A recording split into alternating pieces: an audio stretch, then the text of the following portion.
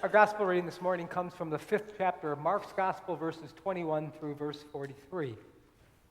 Mark 5. When Jesus had crossed again in the boat to the other side, a great crowd gathered around him. He was by the sea. Then one of the leaders of the synagogue, named Jairus, came, and when he saw Jesus, fell at his feet and begged him repeatedly, "My little daughter is at the point of death. Come, lay your hands on her so that she may be made well." So he went with him. And a large crowd followed him, pressed in on him. Now there was a woman who had been suffering from hemorrhages for 12 years.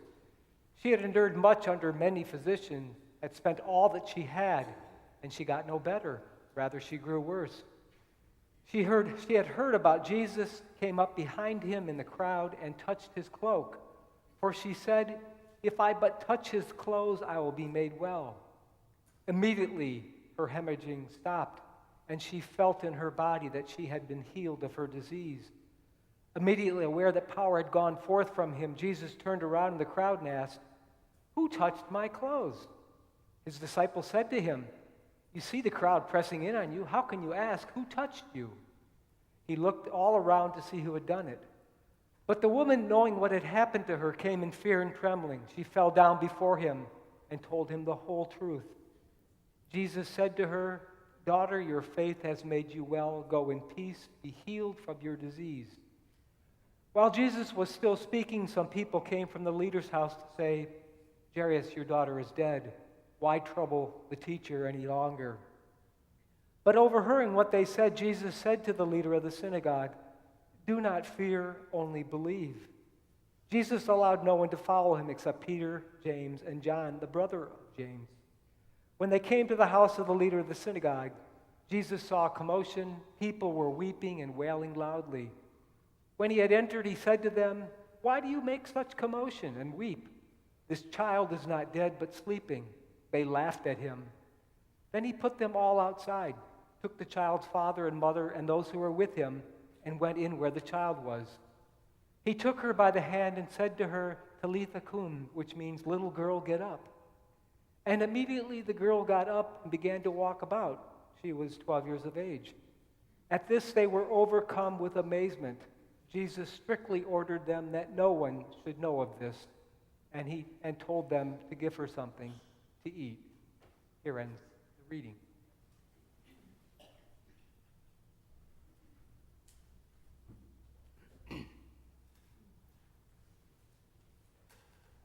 Cindy thinks it's a rut.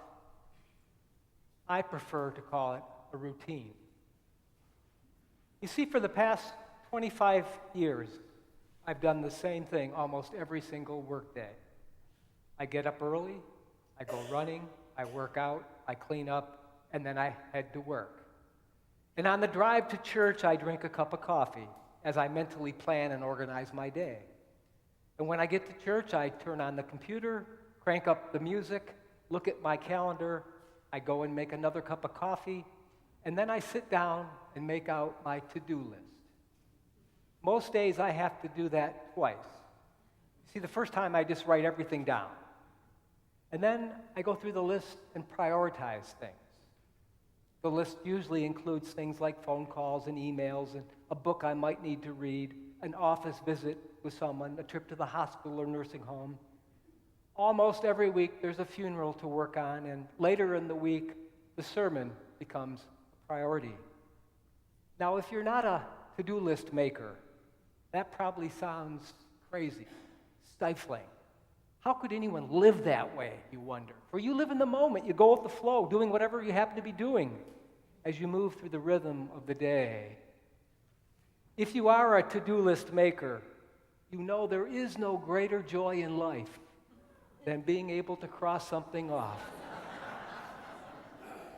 And if you're an anal to-do list maker, if you do something not on your list, you go back and write it in and then cross it off. And then you rub your hands and say, "Life is good." So tell me, rut or routine? Now, I even do that when we visit our kids. Right after we arrive in Connecticut or Boston, I say, "I love you, how have you been?" And then I always ask, "What's the plan?" What's the plan? To which I'm usually greeted by these words: chill out, Dad. No plan, please. To which I ask, well, can we at least write that down? So later I can cross it off. So rut or routine? Of course, one of the problems with being a list maker is that life, especially life in a place like this, is filled with interruptions. And lots of times, especially in this kind of work, the interruptions are my work. While working on this week's sermon, we had a toilet emergency. And since our custodian was on vacation, I found the plunger. A bit later in the day, someone stopped by insisting that we help them put gas in their car, to which I wondered where our pump was. Later in the day, a lady who had rented our fellowship hall needed help setting up her computer. Now, darn it, none of those things were on my to-do list. But as I think about Jesus, one of the ways he challenges a to-do list maker like me is his willingness to be flexible, to go with the flow. Story after story, Jesus' day is interrupted. But he never treats those interruptions as a nuisance or a distraction, but rather he looks at them as opportunities, perhaps suggesting or intuiting that life isn't meant to be managed so closely, that it's better to be open to the needs of the moment than rigidly committed to your to-do list. If only I could pencil in those interruptions, schedule them, so that I might handle them a little bit better. To help me, I have a little message taped at the top of my computer screen. It's something I read on a Buddhist website a couple of years ago when I was going crazy. 5 simple words: breathe, relax, feel, watch, allow. When I remember those words, it really helps. Breathe, relax, feel, watch, and allow. Now, I may not and you may not be able to heal as Jesus healed, but all of us can look at our interruptions as an opportunity to be more attentive to the moment, more responsive. Time after time and story after story, we see Jesus simply addressing the needs that are in front of him without worrying about how they might have fit into his day planner. Now, of course, sometimes we need to close the office door, to say, hold my calls, to not answer emails, no interruptions for the next hour, but not always. The challenge, I think, for many of us is to be open and sensitive to those interruptions that really do warrant our attention, and those that could be addressed by others or simply ignored at the time. And then maybe, best of all, trust. Trust that whatever needs to be done today will get done, and leave it at that.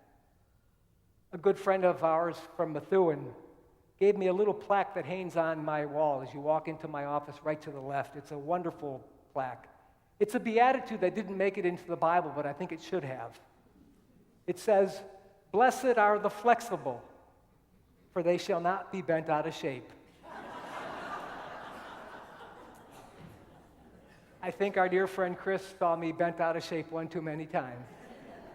Blessed are the flexible, for they shall not be bent out of shape.